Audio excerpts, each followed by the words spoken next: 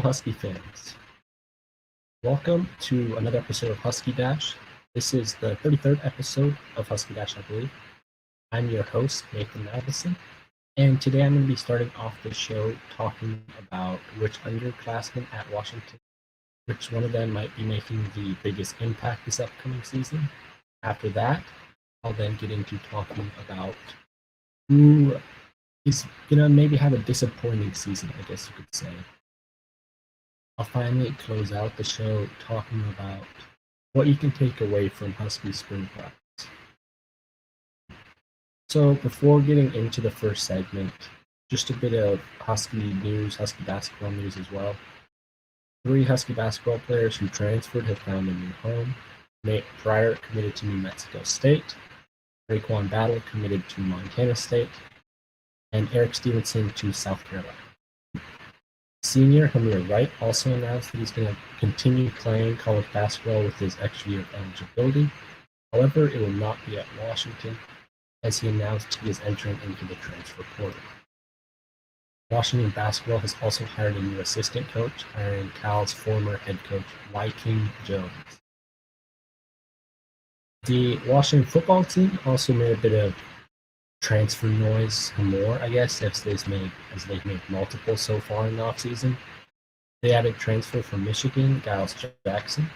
Jackson has 3 more years of eligibility left after playing 2 at Michigan. Last year he had 15 catches, 167 yards, no touchdowns receiving.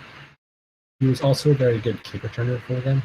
He had 13 returns for 354 yards and 1 touchdown. At 5'9" tall, about 190 pounds, Giles Jackson is kind of a speed slot guy. Back in, I believe 2018 it was, he ran a 4.43 40-yard dash. So he's got some speed, and he'll be a good deep threat for the Huskies. All right, and getting into the first topic. Now, also just a warning that this episode probably won't be the full 30 minutes. It'll probably be closer to 15 minutes. And so the first segment is just which underclassman for the Huskies is going to make kind of a huge impact, be someone that they really rely on this season. Now, the obvious answer, of course, is Sam Heward or Dylan Morris. Sam Heward being the true freshman who could win the QB job, Dylan Morris being the redshirt sophomore who could be the QB. And I'm just not going to talk about them really as being that because obviously, whichever one of those two is starting, if it's one of those two, then they're going to have the biggest impact because they play the biggest impact position. The QB is the spot that will always be the position that impacts the team most because everyone knows the QB is who can win a game for you by themselves. A star receiver can't win a game for you by themselves, or in most cases. QB, though, a superstar QB can carry teams to victories. So another guy besides the QBs who I think will be having a big impact this season is Rome Odunze. He's a redshirt freshman, I guess, this year. He played in most of the games. I think he got snaps in all 4 last year, and he had an impact in a couple of them. His best game, the one where he started in place of Trell Bynum and Puka Nacua when they were out because of COVID, I believe it was. Of course, they didn't really say anything then, but I think it's come out now. And that was against Stanford, the last game of the year. And in that game that Odunze got the start, he played great. He led the team in receptions with 5, so it wasn't a throwing game for sure, which game was last year. But he led the team with receptions with 5. He added on 69 receiving yards, high receiving yard total. The only one with more was Ty Jones, who had 79 yards on 2 catches, so he had a couple of real long catches. And Odunze really just last year stood out to me because of his physical traits, I think. And if you were to compare Odunze to the other redshirt freshman, Jalen McMillan, then I'll have to give Odunze just the leg up coming into this season. Now, McMillan, I think, is probably one of the other 3 starting wide receivers this season. I'm very high on him as well. But last year, Odunze just had the bigger impact, I guess, he seemed to maybe transition into the college game a bit better than McMillan. And really, Odunze's size plus his athleticism really helps him. As Odunze is 6'3", 6'2", about 205 pounds, so he's really kind of an ideal wide receiver size. And then he also has great speed for the position. Back in high school, his senior year, he won the state track title on the relay team, I believe. As on the 4x400 relay, I think it was, and the 200-meter dash, it was. He won the title. He's got speed, he's got size, he's just got to kind of stop dropping the ball, I guess. That was a problem that all the receivers had last year. Now, moving on, kind of still in Odunze, and kind of just keeping talking about the wide receivers, who, quite frankly, I'm kind of high on all five of them, I guess I'll go. I think the Huskies' 5 deep wide receivers it's kind of the deepest the Huskies have been talent-wise at that position in a long time. They've got Terrell Bynum, Rome Odunze, Jalen McMillan, and then you add to that the 2 transfers of Jalen Polk and Giles Jackson. I like the talent they have there. Now, it's going to be a question of how well Jalen Polk and Giles Jackson kind of mesh with them, I guess, maybe. I don't think it'll be a problem, though. I mean, the wide receiver position is, the routes are all the same. It's just getting the wording down, getting the wording down there. That's about it for me. And then, so moving on from Odunze as a guy who could be making a huge impact next season, to another guy who is in a similar position as Odunze, as his position is pretty crowded, is Cam Davis. In my eyes, the redshirt sophomore running back is the most talented Husky running back. The question, though, is, do the Huskies coaching staff, does Washington's coaching staff choose to keep with what they've been doing and have a running back by committee approach they did last year with 4 backs kind of splitting carries? Or do they go with who has the most talent, maybe, or the most potential for sure in Cameron Davis? I mean, you could throw Richard Newton in there with his talent potential, but he's just a wild card, I think, this year because of last year. And so going back to Cam Davis, last year he played a little bit, and he did decent. Now, the Huskies also that really will impact Cam Davis's touches have Sean McGrew and Kamari Pleasant. They're both back at running back from last year. They're both seniors last year, so they could have easily left, but they chose to come back. And that's going to probably cut into Cameron Davis's touches, as the Huskies tend to give that type of a player a fair share of touches. And even though I think Kamari Pleasant, Sean McGrew, they both have talent, they're both great backs, but it's the age that really makes me think that they should go more all in on Cameron Davis. You've got Kamari Pleasant and Sean McGrew both in their last year at UW. They've shown what they are. I don't think there's going to be much improvement, albeit Kamari Pleasant really did improve last year from what he did in his 3-4 years before at UW. He took a big step forward, but still, I think you need to go with the younger back and really find his potential earlier on in his career. So then from that point, you can figure out, okay, do I need to next year try out one of these younger guys like Javon Sunday or Sam Adams II? And I mean, Davis, last year they gave him a bit of touches. He was kind of the 4th in the rotation, I guess you could say. He played in all 4 games or appeared in all 4 games, and he showed bursts of being a efficient back. Overall, he only had 15 carries on the year, 67 yards. His longest carry of the year was 17 yards. And heading into this season in spring ball, Davis has already been praised as being or shown a lot in the practices that the coaches have seen. He even, I think it was the first day of spring practice, I saw that he ran with the ones, and Of course, I mean, they've been really rotating the running back position, so don't take that too much into account. I think the only thing really holding back Cam Davis, like a Dunze, is the crowded position. Those are two names that I'd definitely be keeping my eye on for being maybe two of the most talented underclassmen at Washington. All right, so going from young players making an impact to players disappointing, from the good to the bad. And I think one player who could have a dip in production this upcoming season is Ryan Bowman. Looking at Bowman's stats from his entire career at UW, this is now his 5th year, maybe 6th if he redshirted. Not sure off the top of my head, but back to his stats where he played. So in 2017, he had 5.5 sacks. 2018, he had 1.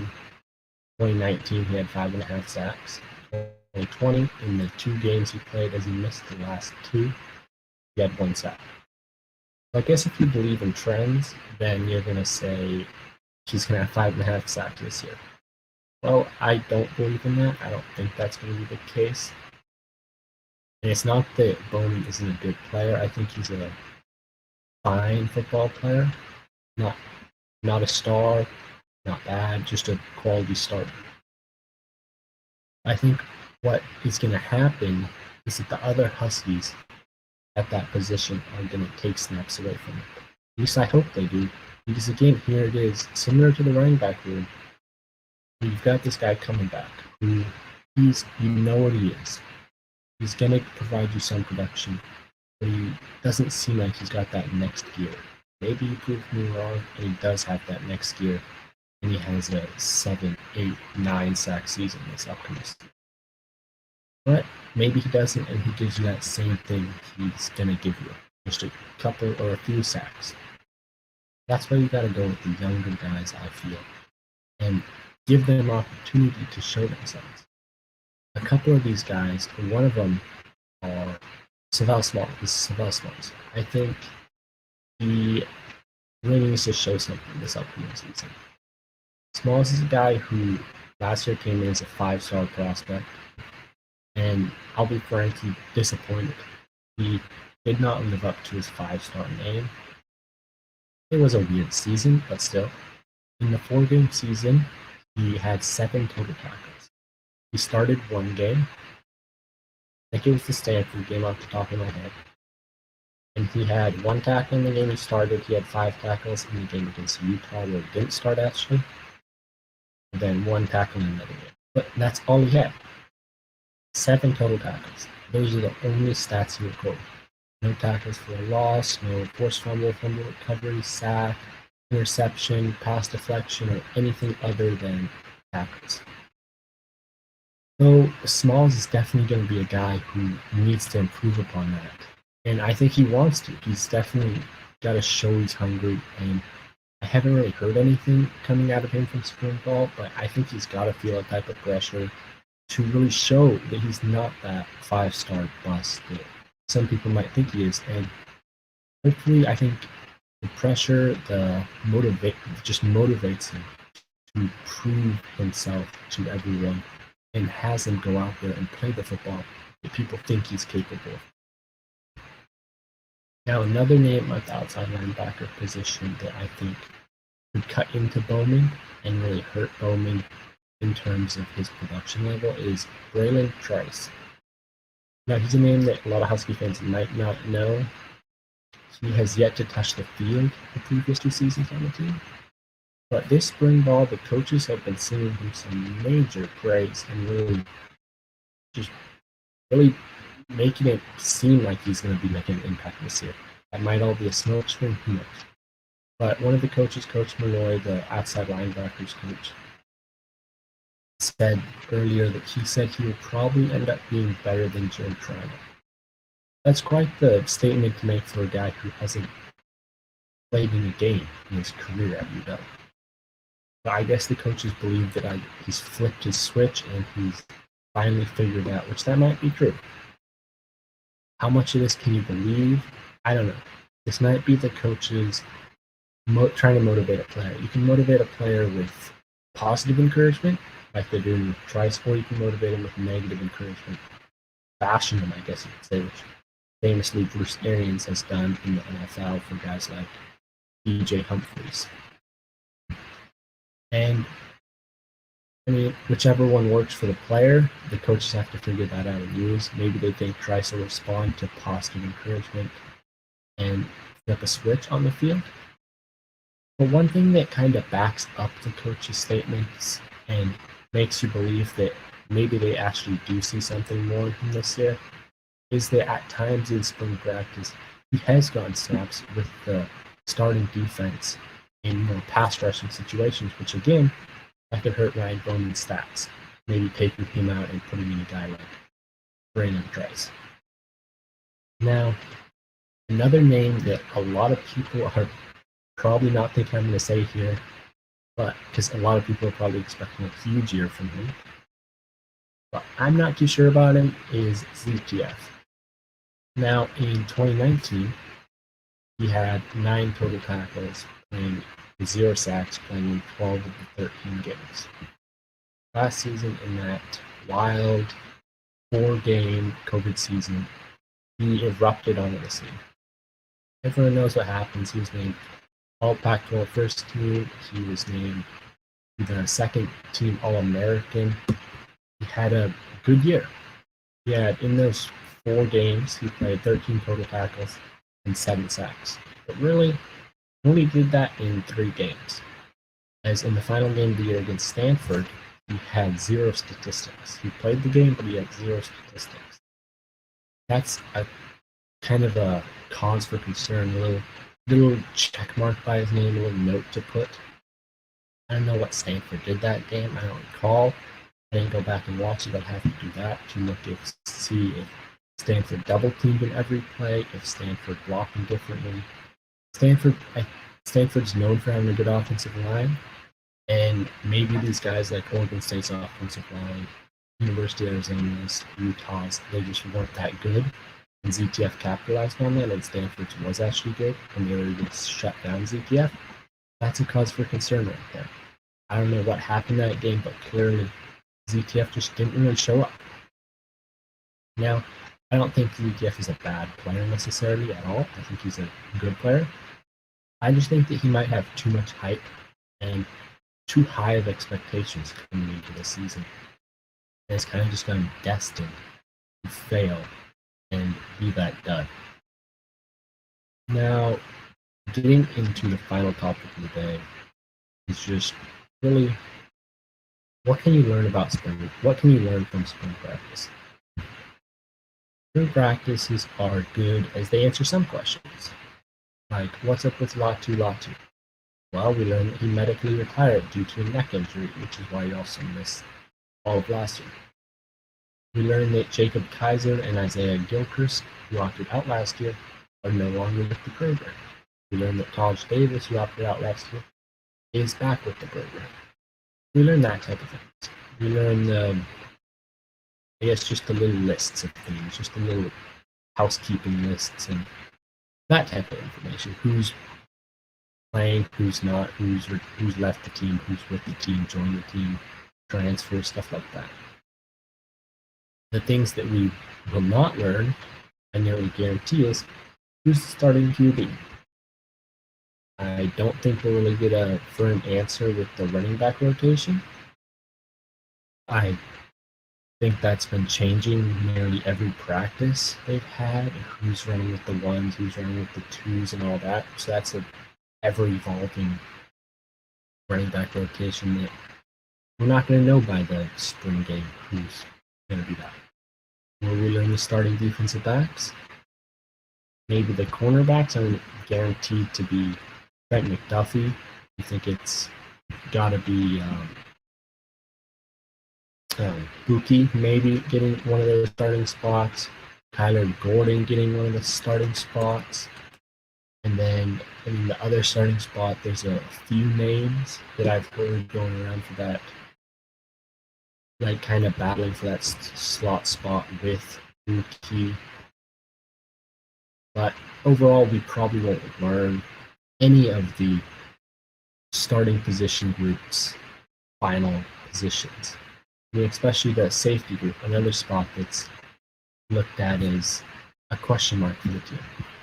You got just loads and loads of players who the Huskies have been putting in this practices at that position to figure it out. You got Asa Turner, Dominic Hampkins, Cameron Williams, Julius Ervil. I've heard Jacoby Covington, Alex Cook. All those names are guys competing for those two spots. Who knows who gets it? It could be any two combination of those guys, I think. A lot of people might want to assume junior Asa Turner is one of the starters, but I'm not one of those people.